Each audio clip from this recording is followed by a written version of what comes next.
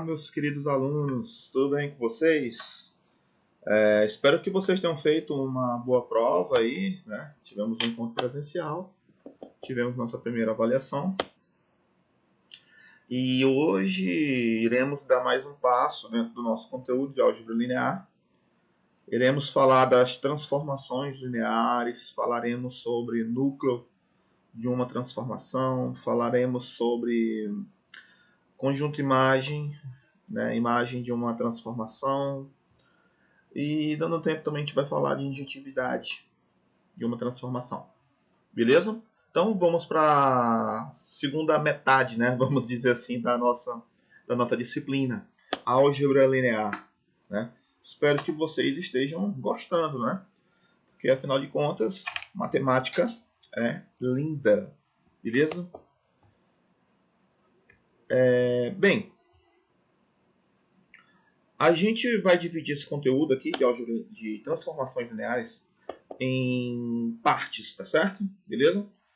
Vamos passar aqui para a parte 1, né, do que vem a ser uma transformação linear.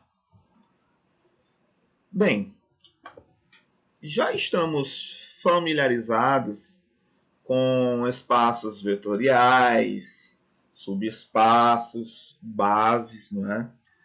E uma transformação linear, ela vem a partir de uma relação entre dois espaços vetoriais. Então a gente coloca assim: dados os espaços vetoriais E e V, dizemos que a função que nós vamos chamar aqui de T, né? Aqui o autor, né, do nosso material, ele coloca como logo direto, né, como função, que de fato, né, trata de uma função. Mas o professor ela começa falando naquele livrinho, né, que é a nossa referência bibliográfica da disciplina, começa falando, né, de relação, tá? Então, dados dois espaços vetoriais A e V, dizemos que uma função ou uma relação de E em F é uma transformação linear ou aplicação linear de E em F quando as seguintes duas propriedades forem satisfeitas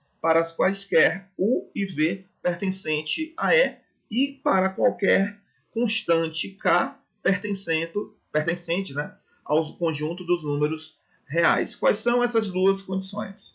Nós temos a primeira condição, é que esta relação, esta função, ela deve fazer o seguinte: ela deve transformar, né, vamos dizer assim, ao aplicarmos ela numa soma de dois vetores, né, o resultado é igual à aplicação direta dela no primeiro vetor, mais a aplicação direta dela no segundo vetor. Então, a T de U mais V é T de U mais T de V. Então, essa é a primeira condição. Beleza? Vamos para a segunda condição. Qual é a segunda condição para poder ser chamado de transformação linear? É que quando a gente tem a aplicação dela, né, em um produto de uma constante com o vetor V do espaço vetorial E, a gente tem que essa constante, né, o resultado disso é a mesma coisa de pegar a constante K e multiplicar pela transformação, né, de V. Beleza? O professor costuma usar, né, por exemplo, você chamar A de transformação, dizer que é uma transformação linear. Então, no caso, a imagem do vetor V, ele representa, por hora, às vezes assim, A de V, né? Aqui no caso, a gente vai preferir estar usando essa forma aqui, ó, entre parênteses, né? Se A é uma transformação linear, a transformação de V em relação a A, nós vamos colocar A parêntese V, beleza? Aqui no caso eu estou usando como notação para transformação T, né? Então vai ficar T de V, beleza? Para a gente. Então, questão de simbologia, tudo depende da sua referência, tá? E aí, então assim, para uma relação entre dois espaços vetoriais ser considerado, né, uma transformação linear ou aplicação linear, é necessário que essas duas propriedades estejam satisfeitas. Beleza? Ok? E aqui como exercíciozinho, como um fato, né, a gente até percebe aqui, né, a anotaçãozinha é um pouco diferente do que está aqui. Diz o seguinte: se A de E em F é uma transformação linear, então o que acontece? Ao aplicar A no vetor nulo, o resultado é igual ao próprio vetor nulo. Então o que acontece? O que isso quer dizer? Que a transformação linear ela leva o vetor nulo, ela relaciona o nulo, né, do espaço vetorial E com o nulo do espaço vetorial F. Ou seja, ela leva, a grosso modo, né, o nulo no nulo. A gente costuma falar assim, tá certo? Então, como é que eu poderia mostrar que, de fato, né, essa transformação linear A, eu quero mostrar que, de fato, né, ela leva o nulo no nulo, né? Eu poderia muito bem detalhar a priori, você está percebendo aqui que A é uma transformação linear. Então, eu poderia reescrever, vamos dizer assim, esse A aplicado no nulo como sendo, sei lá, a aplicação de A em V somado com menos V. Até porque já sabemos, pelo fato de se tratar, né, de elementos do espaço vetorial E, né, eu poderia representar o vetor nulo, né, aqui como sendo V somado com menos V. Só que isso aqui, pelo fato de A ser uma transformação linear, né, por hipótese, a gente sabe que essa primeira condição ela ocorre. Então, esse A de V somado com menos V, né, A de V somado com menos V, eu poderia escrever assim, ó, é o A de V, né, somado com A de menos V. Só que o menos V, eu já vou ser um pouquinho esperto, eu vou escrever ele assim, ó, menos 1 vezes V. Porque a gente sabe, né, lá dos espaços vetoriais, que a gente pode representar o menos V dessa forma. E aí, pelo fato de A ser transformação linear, eu poderia reescrever essa minha última parte aqui, né, como sendo A de V, não é? Menos A de V. Ou seja, eu tenho aqui, né, um vetor sendo subtraído ou sendo somado, sei lá, como você preferir, pelo o oposto dele. Então isso vai dar igual a quem? Isso vai dar o vetor nulo. Então, de fato, né, uma transformação linear, ela leva, né, o vetor nulo, né, ao vetor nulo. O vetor nulo do espaço associa o vetor nulo do espaço vetorial E com o nulo do espaço vetorial F. Beleza? Então, recapitulando.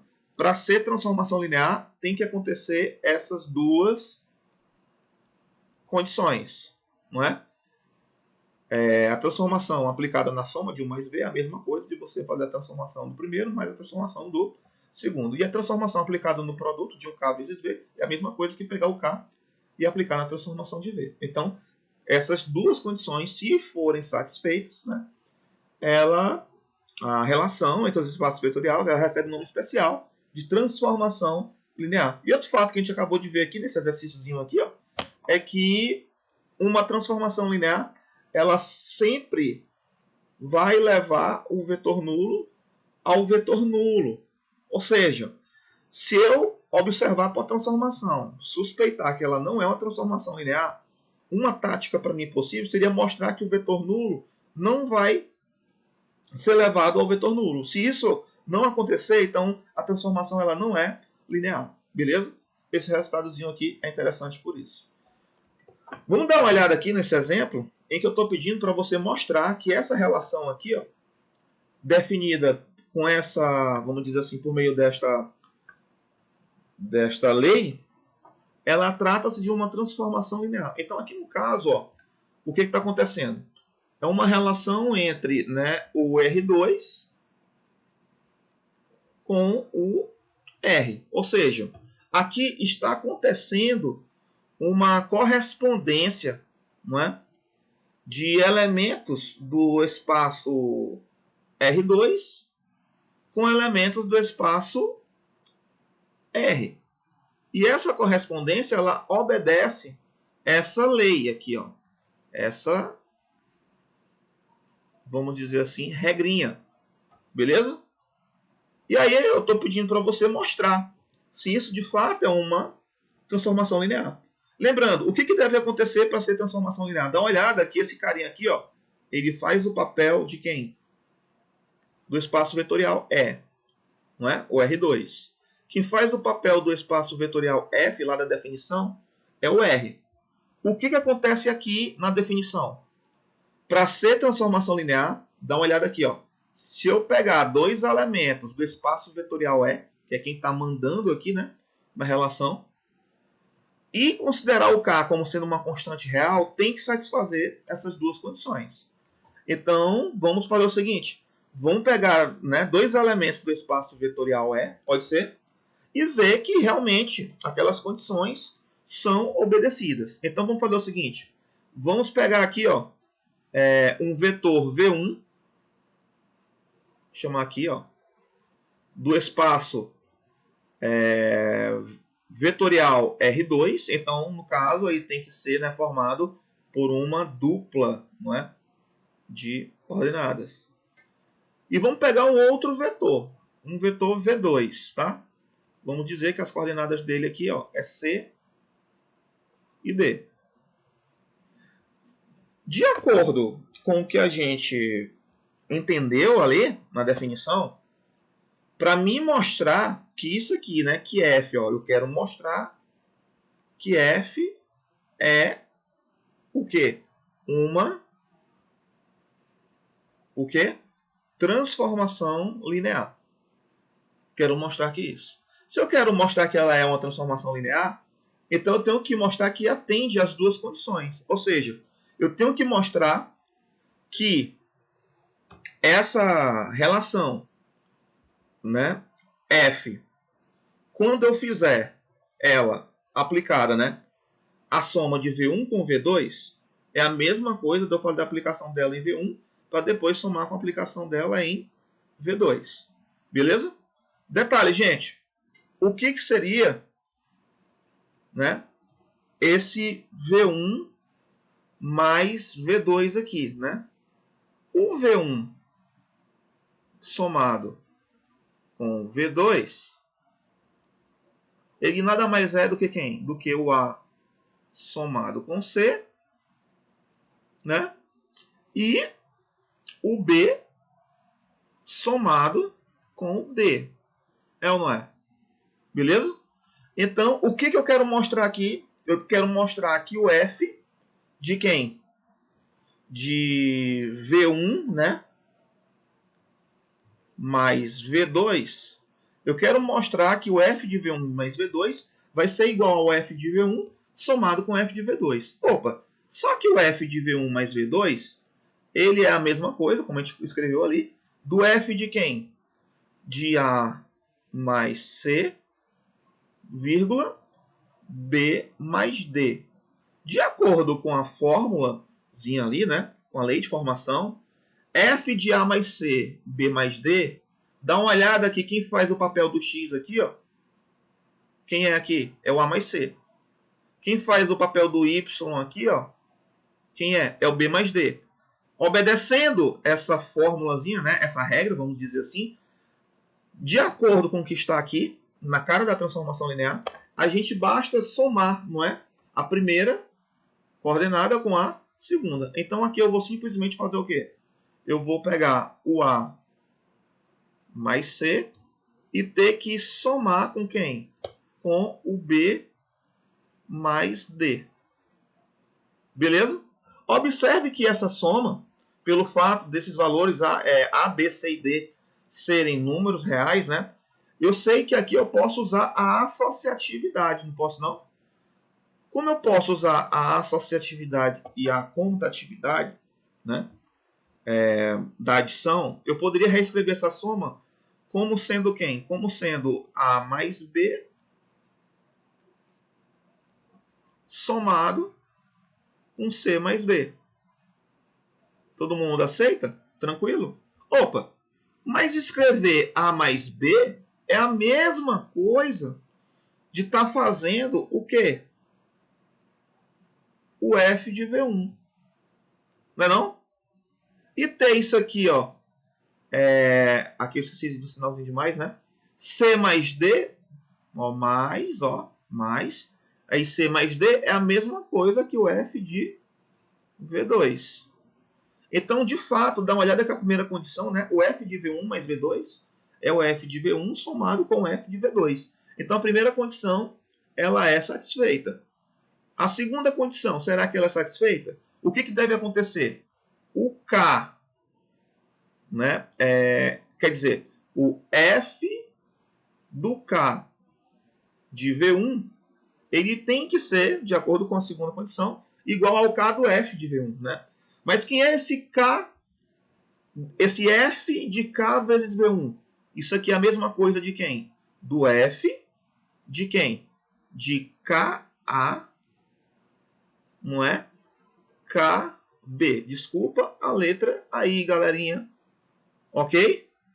Só que esse F de KA, KB, de acordo com a lei de formação aqui, eu tenho que pegar, né, a primeira componente, que é KA, e somar com a segunda componente, que é KB. Quando eu coloco em evidência o K, adivinha o que eu vou ter aqui? Eu vou ter K que multiplica A mais B. Só que quem é esse A mais B? Vou repetir o K. Esse A mais B nada mais é do que quem? Do que o F de V1. É ou não é? Então, se você for olhar aqui, ó, de fato, o F, ó, aqui, ó, o F de KV1 está sendo igual a quem? Ao F, né, de KV2. Beleza? Desculpa, F de KV1 é igual a KF de V1. Beleza, pessoal? Ok? Então, de fato, isso aqui trata-se de uma transformação linear. Beleza, pessoal? Ok? Então, tá aí, mostramos. Aqui nós temos embaixo um contra-exemplo. Ou seja, um caso que não é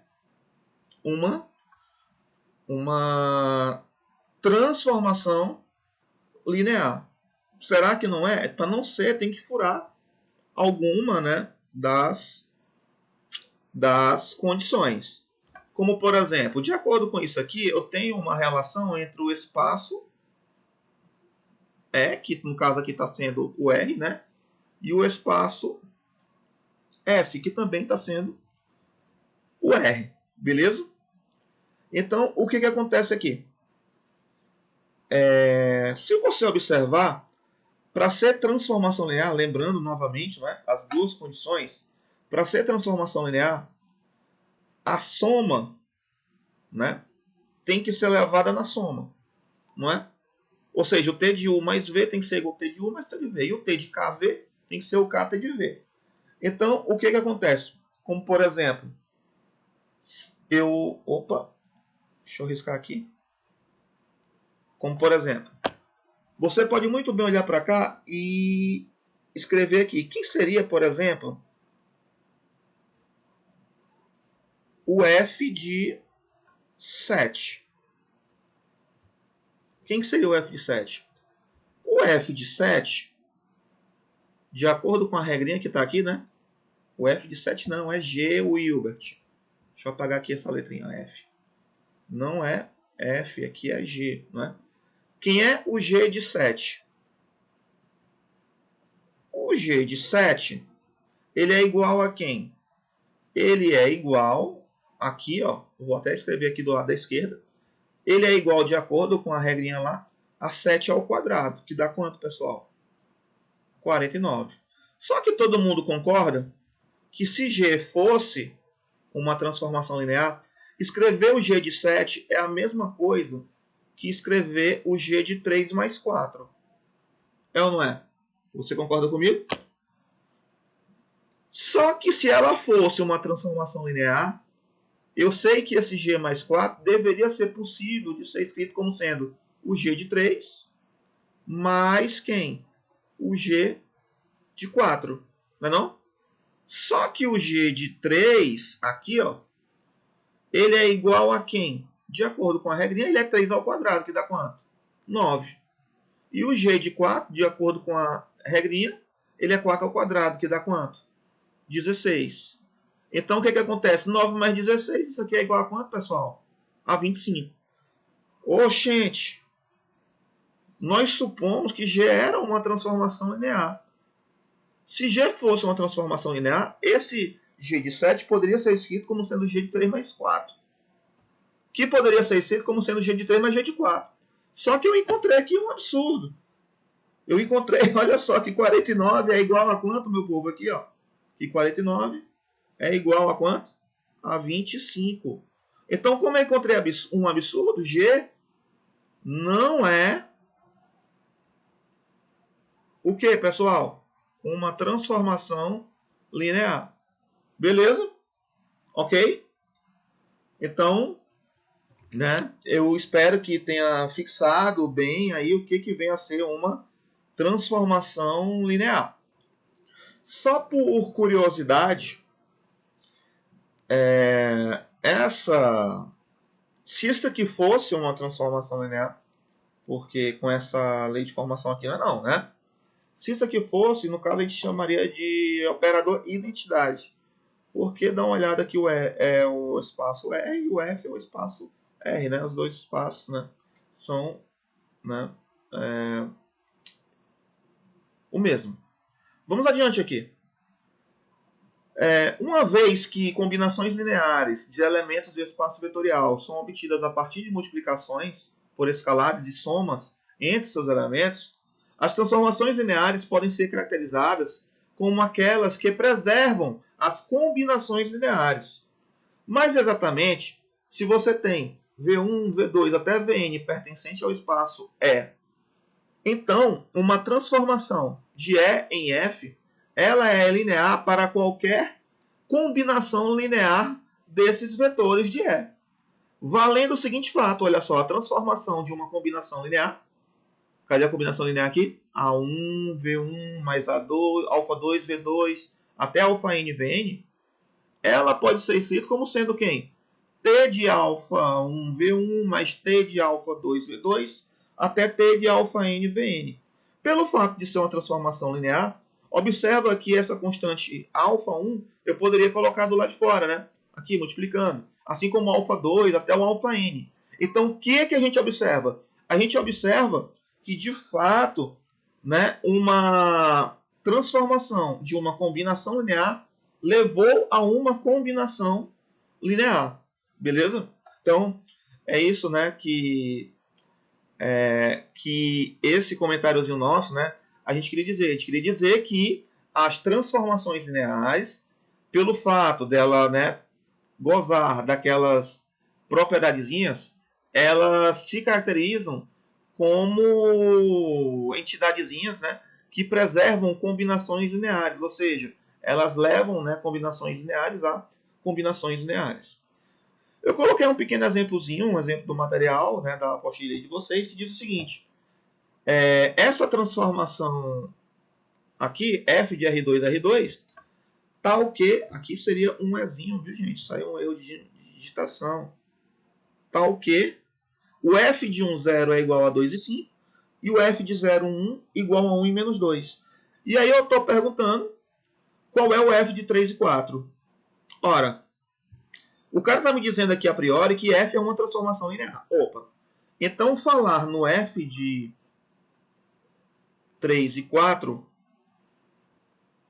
já que f trata-se a priori de ser uma transformação linear, então eu sei que esse f de 3 e 4 poderia ser escrito, por exemplo, como sendo f de 3 e 0 mais f, não é, de 0 e 4. Poderia ou não poderia? Pelo fato de ser uma transformação linear, né, a gente sabe que aplicada, não é, a soma de aplicações em dois vetores, né, a gente vai poder simplesmente somar, né, os dois vetores lá dentro da aplicação. Então, o que acontece? Esse f de 3 e 0, eu poderia escrever ele como sendo assim, ó, f de 3 que multiplica o par 1 e 0. Poderia ou não poderia? E esse f de 0 e 4, eu poderia escrever ele como sendo f de 4 que multiplica o par 0 e 1. Pelo fato de a priori f ser uma transformação linear, eu poderia, né, ter essa constante aqui do lado de fora. Ficaria então 3 que multiplicaria o f de quem? De 1 e 0. E aqui mais 4 que vai multiplicar o f de quem? De 0 e 1. Só que o f de 1 e 0, o problema me falou. Quem é esse f de 1 e 0? Ele é o par 2 e 5. A questão também me falou quem é esse f de 0, 1. Quem é esse f de 0, 1? É o par 1 e menos 2. Beleza? Ok? Ora, então o resultado, né? A gente está na busca de quem é o f de 3 e 4, né? Como que fica a transformada, né, do vetor de coordenada 3 e 4. Então isso aqui vai ficar como 3 vezes o par 2 e 5. Isso aqui dá 6 e 15. Somado com quem? Com 4 vezes o par 1 menos 2. Isso aqui dá 4 e menos 8. Beleza? Quando a gente soma aqui, nós teremos o quê? 10 aqui na primeira componente e 7, né, na segunda. Então, perceba, né, que o vetor de coordenada 3 e 4, aqui, né, do conjunto de partida, ele vai se corresponder com o vetor de coordenada 10 e 7, segundo, né, essa transformação linear. Né? Então, show de bola. Passando um pouquinho mais adiante, a gente vai falar agora aqui do que vem a ser núcleo e injetividade, tá? Eu não sei se vocês conseguiram já perceber, mas as transformações lineares, elas são correspondência entre dois espaços vetoriais. Então a gente começa a meio que fazer a conexão de que uma transformação linear nada mais é do que uma função, né, entre dois espaços vetoriais. E aqui a gente vai colocar agora o que vem a ser o núcleo de uma transformação linear. Tá legal? O núcleo de uma transformação linear, a gente chama de núcleo de uma transformação linear o conjunto dos elementos do domínio da transformação que tem como imagem lá no contradomínio o zero. Simplesmente essa a definição. Ou seja, tal conjunto pode ser interpretado como conjunto de raízes, né, da transformação. Mais precisamente, dada uma transformação linear E de E em F, o núcleo da transformação T é um conjunto N de T, né, NT, tal que os elementos desse conjunto, quando a gente busca as imagens desses elementos lá no contradomínio, né, a gente vai ver que eles vão se associar lá com o vetor nulo, beleza? Do contradomínio. Em síntese, o núcleo de uma transformação linear é um conjunto formado por vetores daqui, ó, do espaço vetorial E, que se correspondem com quem? Com o vetor nulo, lá do espaço vetorial F. Beleza? Ok? Então, o núcleo nada mais é do que isso. E detalhe, o núcleo, em alguns livros, o pessoal costuma representar pelo quer de T, né? Então, quando você vê aqui, ó, esse quermel de T, a gente está se referindo ao núcleo da transformação. Vamos fazer o seguinte. Eu tenho aqui esses dois teoremazinhos. Não posso perder. Vou fazer aqui, demonstrar o primeiro. E o segundo, a gente vai assumir, tá, como verdade, ou então vocês dão uma pesquisadazinha aí no livro do professor Elon, tá? Então vamos aqui. Vamos provar que o núcleo de uma transformação linear, ele é um subespaço.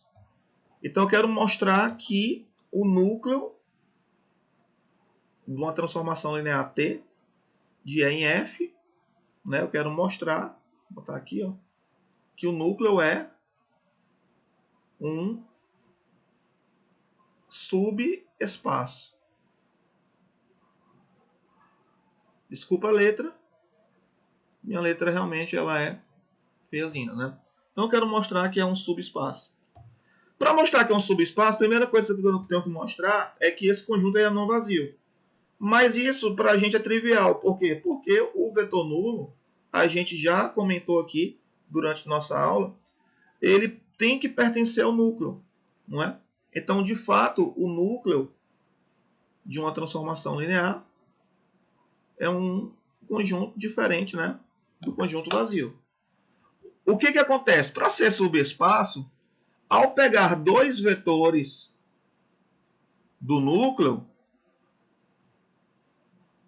o que deve acontecer, pessoal, para ser subespaço? Ora, para ser subespaço, tem que ser fechado na soma e tem que ser fechado também no produto por escalar, não é? Então, se eu tenho aqui dois vetores pertencentes, né, ao núcleo da transformação, eu tenho que verificar que, no caso, existe um fechamento para adição, né, e existe um fechamento para o produto por um escalar. Então, vamos aqui. Para poder a gente provar direitinho que tem um fechamento, ora, eu tenho já que se U e V pertence ao núcleo, né, da transformação, eu já tenho que o T de U é igual a zero e o T de V também é igual a zero. Mas, ora, T de U mais V é a mesma coisa que quem, pessoal? Que o T de U mais o T de V, pelo fato de T ser uma transformação. Só que o T de U mais o T de V, eu tenho a mesma coisa do núcleo, né? Porque o U pertence ao núcleo, né? Eu tenho 0 mais 0. Então, T de U mais V é igual a 0. Então, de fato, ocorre, né, o fechamento da adição. Mas será que ocorre o fechamento com o produto? Para o produto, a gente tem o que aqui, né? Vamos chamar aqui de I, tá? E vamos chamar aqui de II. Para o produto, o que eu vou prestar bem atenção? Ora, quem é? Vamos pegar aqui um K vezes o vetor U. Aí, né? T de KU. Ora, esse T de KU, pelo fato de ter sido uma transformação linear, eu poderia pensar como sendo K vezes T de U. Mas como U é um elemento do núcleo, o T de U é quem? É o nulo. E o K vezes o nulo, isso aqui é igual ao nulo. Então, sim, né, pessoal? Nós temos que o núcleo ele é, né, um subespaço. Beleza? E detalhe, viu, gente? Vamos pegar esse resultadozinho aqui, ó. A transformação linear T de A em F ela é injetiva se somente se o núcleo da transformação for formado somente com o vetor nulo. Então, toda transformação linear que tiver no núcleo somente um elemento, que é o vetor nulo, ela recebe, né, a classificação, a denominação de função injetiva. Beleza? Por exemplo, verifique se essa transformação linear H de R2 em R2, dada por H de XY igual a x mais 3y e 2x menos y, verifique que ela é injetiva. Como é que eu faço, pessoal, para provar que ela é injetiva, hein? Para poder provar que ela é injetiva, eu tenho que pensar, galerinha, em todos os vetores daqui, ó, do R2, que possuem uma cara, né? Deixar XY mesmo, tal que eles se correspondam com o nulo. Beleza? Então, o que deve acontecer? Né? Para essa função injetiva, eu tenho que conseguir mostrar que o único cara que vai fazer isso é o nulo, lá do R2 que está no domínio. Né? Então, a gente quer um cara que faça o seguinte, que a transformação aplicada nele, né, hx de xy, seja igual a quem? Ao vetor nulo. Só que isso aí vai acontecer, né? Se somente se, quem é esse h de xy? Esse h de xy vai ser quem? Vai ser não, ele é, né? A questão deu. Ele é x mais 3y e 2x menos y, né? Só que isso tem que ser igual a quem, pessoal? Ao vetor nulo. Que é quem? Que é o 0, 0. Só que isso vai acontecer se somente se acontecer o quê? Se acontecer duas coisas. Se o x mais 3y for igual a zero, e se o 2x, né, menos y for igual a zero, não é? Então, observe que aqui isso só vai acontecer se somente se, né? Basta você pegar aqui a equação de baixo, multiplicar por 3, somar com a equação de cima, você vai ter que o x vai ser igual a zero e o y igual a zero. Então, obviamente que só tem um cara que faz isso. Quem é? É o vetor nulo. Então, logo, né, H, aqui, ó, ela é injetiva. Beleza? Ok? Só tem um cara que faz isso aí. Então, professor, quando eu quiser mostrar que uma transformação linear é injetiva, o que eu faço? Simplesmente basta você mostrar que um único vetor que se corresponde com o zero, lá do contradomínio, é o próprio zero.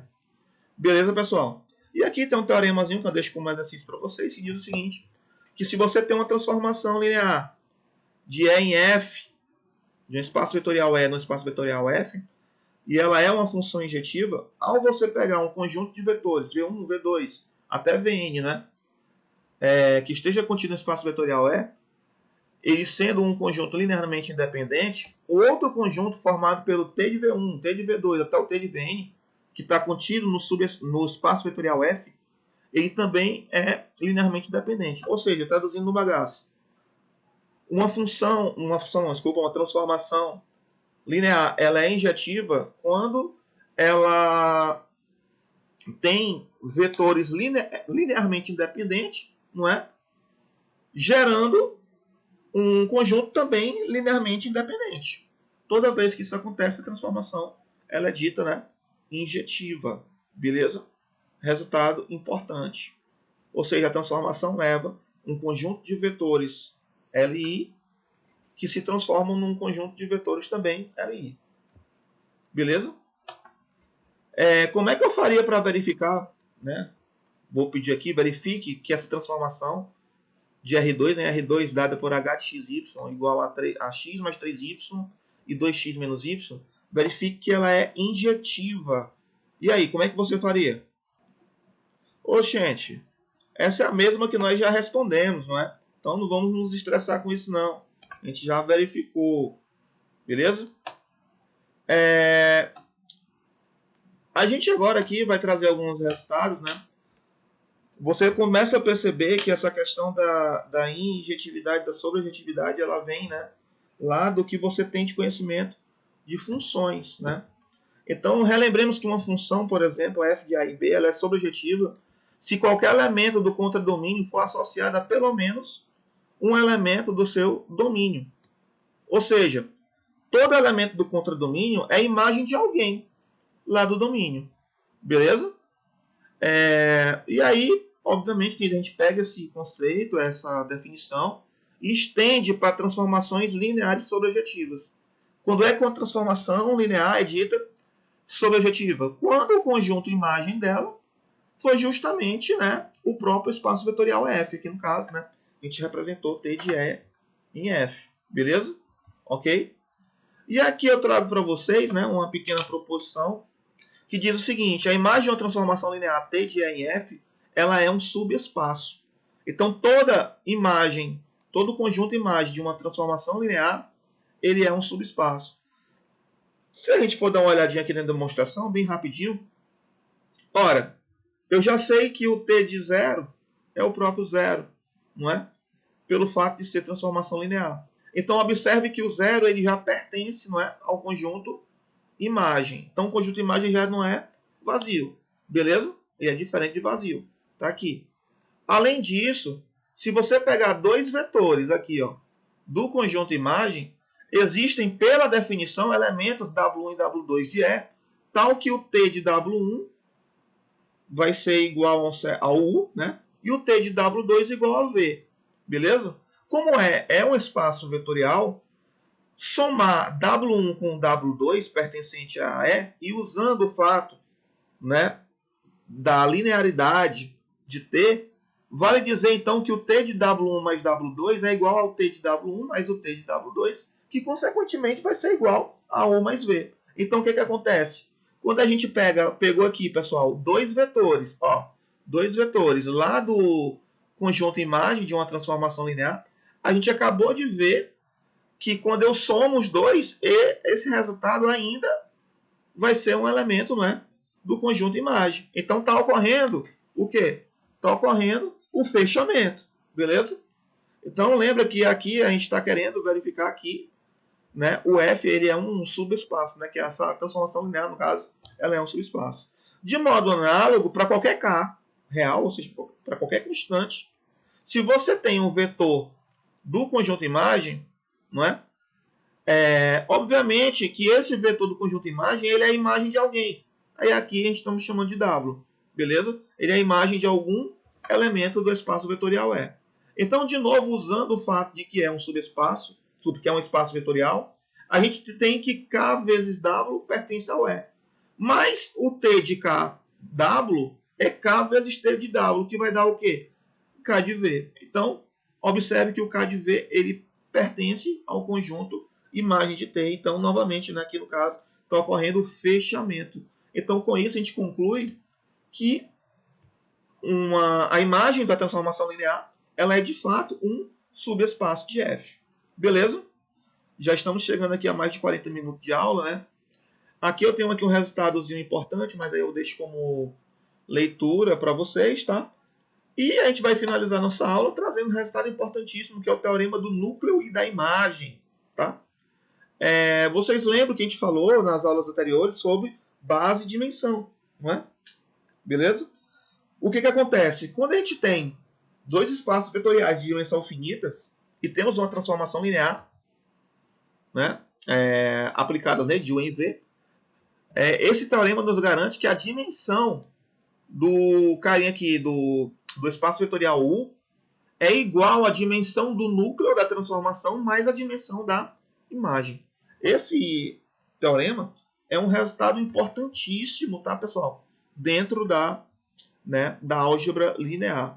Então, recomendo a leitura, né, o estudo desse teorema. E eu acho que por hoje falamos muita coisa, né? E aí eu deixo aqui meu forte abraço e finalizo nossa aula.